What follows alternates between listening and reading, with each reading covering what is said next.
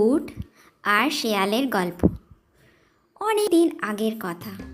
এক জঙ্গলে দুজন খুব ভালো বন্ধু বাস করত। একজন ছিল শেয়াল আর একজন ছিল উট। শেয়াল খুব চালাক ছিল আর উট ছিল একটু সরল প্রকৃতির। এই দুই বন্ধু ঘন্টার পর ঘন্টা নদীর ধারে বসে নিজেদের সুখ দুঃখের কথা বলতো। এইভাবে দিনের পর দিন যেতে লাগলো আর তাদের মধ্যে বন্ধুত্ব গভীর হতে লাগলো। একদিন কেউ একজন শেয়ালকে বলল যে পাশের একটি জমিতে একটি পাকা তরমুজ রয়েছে। এই কথা শুনে শেয়ালের লোভ হলো, কিন্তু সেই জমিটি ছিল নদীর ওপারে। এখন নদী পার করে ওপারের জমিতে যাওয়া তার পক্ষে অসম্ভব ছিল। তার জন্য সে নদী পার হওয়ার পরিকল্পনা করতে লাগলো। ভাবতে ভাবতে সে উটের কাছে চলে গেল। উট দিনের বেলা শেয়ালকে দেখিয়ে বলল, বন্ধু, তুমি এখানে কি ভেবে? আমরা তো সন্ধ্যায় নদীর ধারে দেখা করতে চেয়েছিলাম। তখন শিয়াল চালাকি করে বলল, দেখো বন্ধু, পাশের একটি জমিতে পাকা তরমুজ আছে।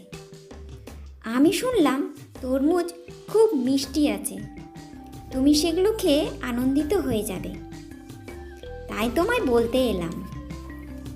উট তরমুজ খেতে খুব ভালোবাসত। সে বলল, বাহ, আমি এক্ষুনি ওই গ্রামে যাব। আমি অনেক দিন ধরে তরমুজ খাইনি।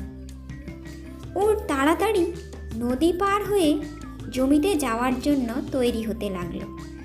তখনই শিয়াল বলল, বন্ধু, তরমুজ তো আমারও খুব ভালো লাগে, কিন্তু আমি তো সাঁতার কাটতে পারি না। তুমি তরমুজ খেয়ে নিলে আমি ভাববো যে আমিও খেয়ে নিয়েছি। তখনই উট বলল, তুমি চিন্তা করো না, আমি তোমাকে আমার পিঠে বসিয়ে নদী পার করব, তারপর একসঙ্গে মিলে তরমুজ খাবো। উট যেভাবে বলেছিল সেভাবেই কাজ করলো। জমিতে পৌঁছে শেয়াল আর উট মন ভরে তরমুজ খেলো আর খুশি হয়ে গেল। খুশি হয়ে শেয়াল জোরে জোরে আওয়াজ করতে লাগলো। তখনই উট বলল, তুমি চিৎকার করছো কেন? কিন্তু সে শুনল না। শেয়ালের আওয়াজ শুনে কৃষক লাঠি নিয়ে জমির কাছে চলে আসে। শিয়াল চালাক ছিল, তাই তাড়াতাড়ি জঙ্গলের পেছনে লুকিয়ে গেল। উটের শরীর বড় ছিল, তার জন্য সে লুকোতে পারল না। কৃষক রাগে উটকে খুব মারল। কোনো রকমে নিজের প্রাণ বাঁচিয়ে সে জমি থেকে বাইরে বেরোলো। তখনই জঙ্গলের পেছনে লুকিয়ে থাকা শেয়াল বাইরে বেরিয়ে আসে। শেয়ালকে দেখে উট রেগে গিয়ে জিজ্ঞেস করলো, তুমি কেন এভাবে চিৎকার করছিলে?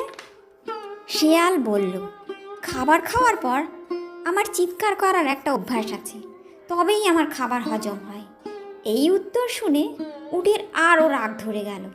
তবুও সে চুপচাপ নদীর দিকে এগোতে লাগলো। নদীর কাছে পৌঁছে উট শেয়ালকে নিজের পিঠে বসিয়ে নিল।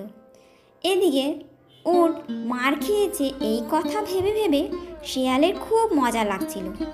এদিকে নদীর মাঝামাঝি পৌঁছে উট নদীতে ডুব দিতে শুরু করলো। শেয়াল ভয় পেয়ে গেল আর বলতে লাগলো, এটা কি করছো তুমি? রেগে গিয়ে উট বলল, আমার কিছু খাবার খাওয়ার পর তা হজম করার জন্য নদীতে এভাবে ডুব দিতে হয়।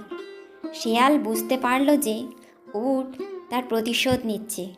খুব কষ্ট করে শেয়াল নিজের প্রাণ বাঁচিয়ে নদীর ধারে পৌঁছায়।